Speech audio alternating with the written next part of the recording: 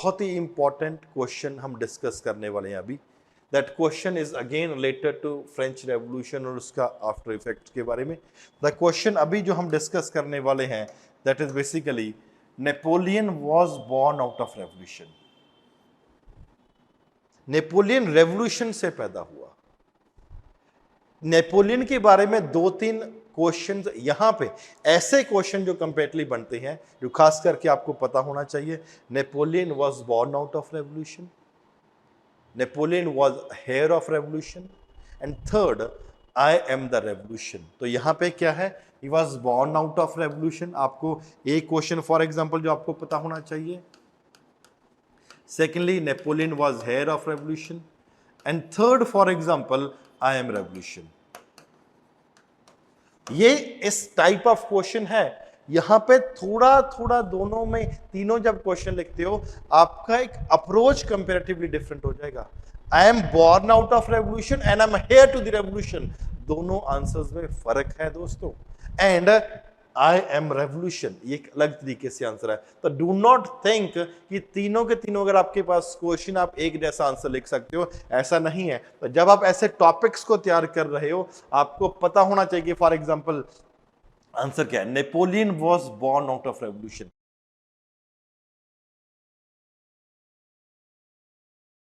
Revolution से पैदा हुआ। इसको सिंपल भाषा में अगर हम समझने की कोशिश करते हैं तो ऐसे कैसे कि रेवोल्यूशन से पैदा हुआ। द फर्स्ट इंपॉर्टेंट थिंग आपको पता होना चाहिए कि रेवोल्यूशन ने ऐसा क्या कर दिया कि कोई भी, Napoleon was not coming from upper class, commoner था। तो सबसे पहले बात कि रेवोल्यूशन ने वहां पे क्या कर दिया, इट क्रिएटेड द सर्कमस्टांसेस।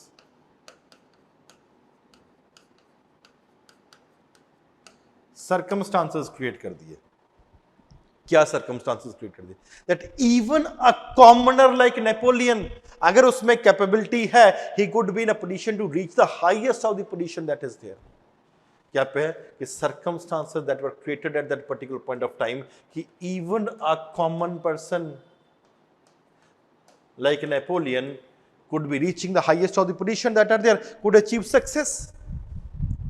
इससे पहले आप इंट्रोडक्शन ऐसे करना है, लेकिन इससे पहले क्या चल रहा था। Just as an example, when the old regime was prevailing, आपको पता होना चाहिए ना कि क्या था, सर्कमस्टांसेस क्या थे, उसमें रेवोल्यूशन आया। रेवोल्यूशन ने क्या क्रिएट कर दिया था कि नेपोलियन जैसा बंदा वहां पे पैदा हो गया।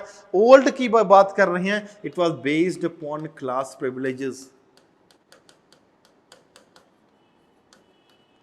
क्लास प्रिविलेजेस थे, upper class, aristocracy class, priestly higher class. इन लोगों के लोग हाईएस्ट रिलीजियस पोजीशंस में, या पॉलिटिकल पोजीशन में, या एडमिनिस्ट्रेटिव पोजीशन में वहां पे आ सकते हैं। But on the other hand, when the revolution took place, the old regime was basically ended at that particular point of time, and principle of equality was basically proclaimed। और जैसे ही principle of equality proclaim आ जाता है, एक बात जो comparatively बहुत ही ज्यादा important हो जाता है, that is principle of merit. जिसमें जितनी क्षमता है, जिसमें जितनी कैपेबिलिटी है, उस पोजीशन तक कंपेरेटिवली पहुंच सकता है। The principle of merit eight that particular point of was basically follow. और ये क्यों हो चुका था, because of the capability that was Napoleon, because of the class privileges were ended, and therefore a commoner, any person, Napoleon की जगह पे कोई और भी होता तो वह भी वहां पे हो जाता। फर्स्ट तो सर्कमस्टांस एक ऐसे क्रिएट कर दिए थे कि कोई भी वहां पे पोजीशन हो सकता है। सेकंड, एक एटीट्यूड फ्रेंच वालों का क्या है। We talk about the attitude of the French people at that particular point of time. The French people loved military victories, loved glory। वाह वाह, इनको ज्यादा चाहिए थी, एंड नेपोलियन ने उनको दिया। आपने सर्कमस्टांसेस क्रिएट करे, अ common person reach its peak, और फिर लोगों की जो एक्सपेक्टेशन थी उन्होंने फुलफिल करी। एक्सपेक्टेशन क्या थी, मिलिट्री विक्ट्रीज, हमें ग्लोरी चाहिए, नेपोलियन ने दिया।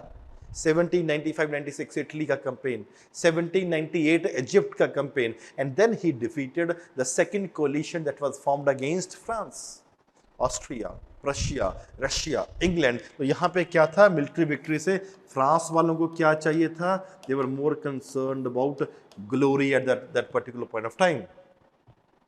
अब यहाँ पे ये सर्कमस्टांसेस क्रिएट हो रहे हैं।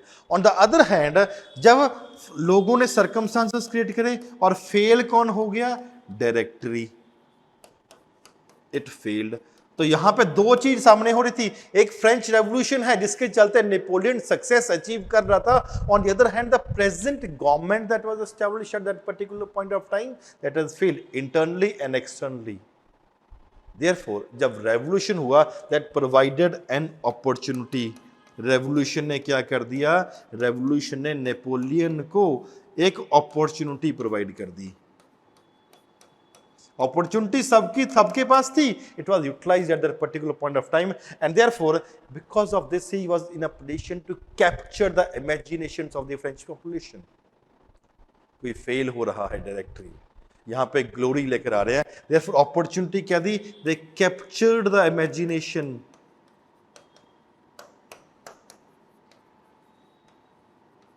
of French people।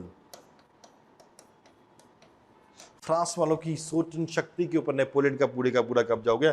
And therefore not only this, the French crown at that particular point of time, अगर क्राउन की बात करते हैं